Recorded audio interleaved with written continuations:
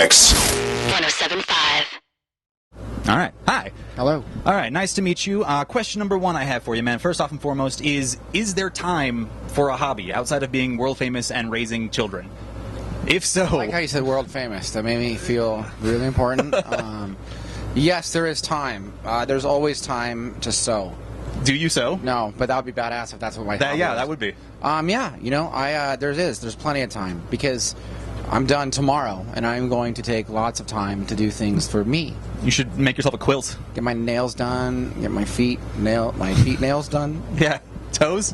Toes. You have those. My feet nails, yes. All right. Question number two applies a little more personally to me and some of the bands out there. For a band making their first demo, what's more important? Stressing production quality or just getting a good song out, even if the quality's not that good so people can hear it? By far a good song out. But if you're new, there's no timeline, so it should sound good too. Okay. There's no excuse for that. And if you don't know how to do it, then you got to go online and read about how to do it, because you can do that too. Yeah. It's kind of, so you know what? There's no excuses. All right. No man. excuses when it comes to art. All right. All right. Question number three would be, what are you listening to? Who do you recommend? What do you think people don't appreciate enough musically? You know, I don't know. It's hard to say. There's a lot of bands out there that it just depends what kind of category of a listener you're into. But the best kind of listener to be is one that listens to things in every category. So it depends what kind of music you like. But I won't necessarily say any specific bands. But I think you have to be knowledgeable about all the things that are happening and all the different, as many categories as you can, and learn from all of it and combine it into one. And that's how you're going to get your own unique sound. How's that answer? Sure. I liked it. All right. The fourth question I had, again, pertains to you guys as a band, is do you write songs together, or does one person come up with like a chord progression and some lyrics, and then you present it to the other guys and say, fill in your own parts?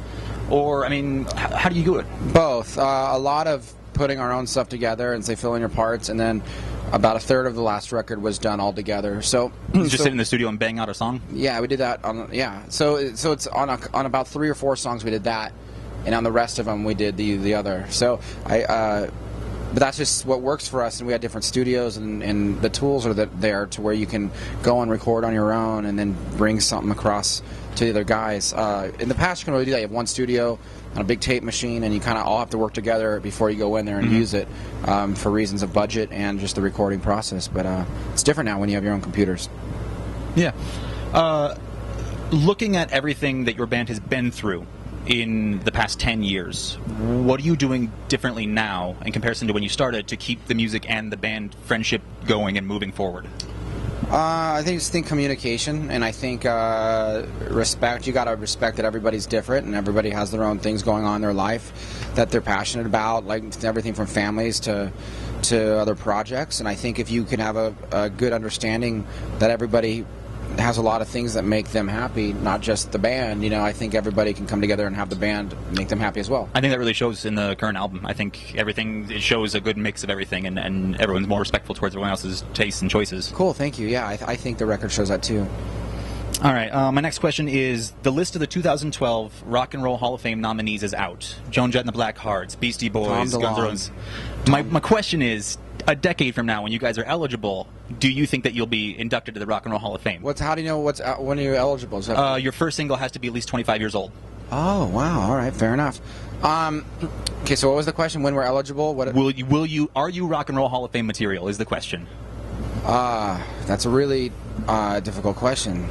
I think the only way is if we get some of our fanatical fans in the judge position. And that's what we need to do. You know what we need to do? We got to treat it the way the CIA would treat it, where they plant moles to get in there. By the time they become on the judging panel, then they'll get us in there. That's what I'm going to do. I don't want to get in there based on my own merit. I don't know if that'll ever happen. I'm going to rig the system. I'm going to rig the system, yeah. Nice. I respect that.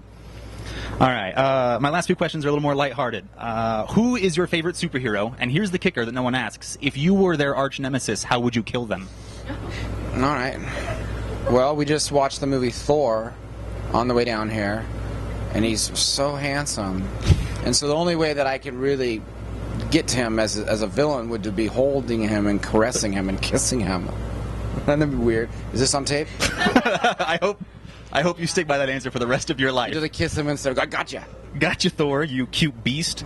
All right. Number 8. Not that you're conceited. No. But Have you ever had a moment where you thought or said aloud, "Don't you know who I am?" or "Isn't my celebrity worth anything?"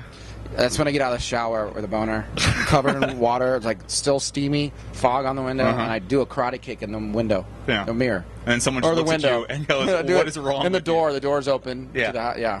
Okay. I'd have to throw the boner part in. But that's honestly what went through my head. I am 35. I should not be saying shit like that anymore. I apologize.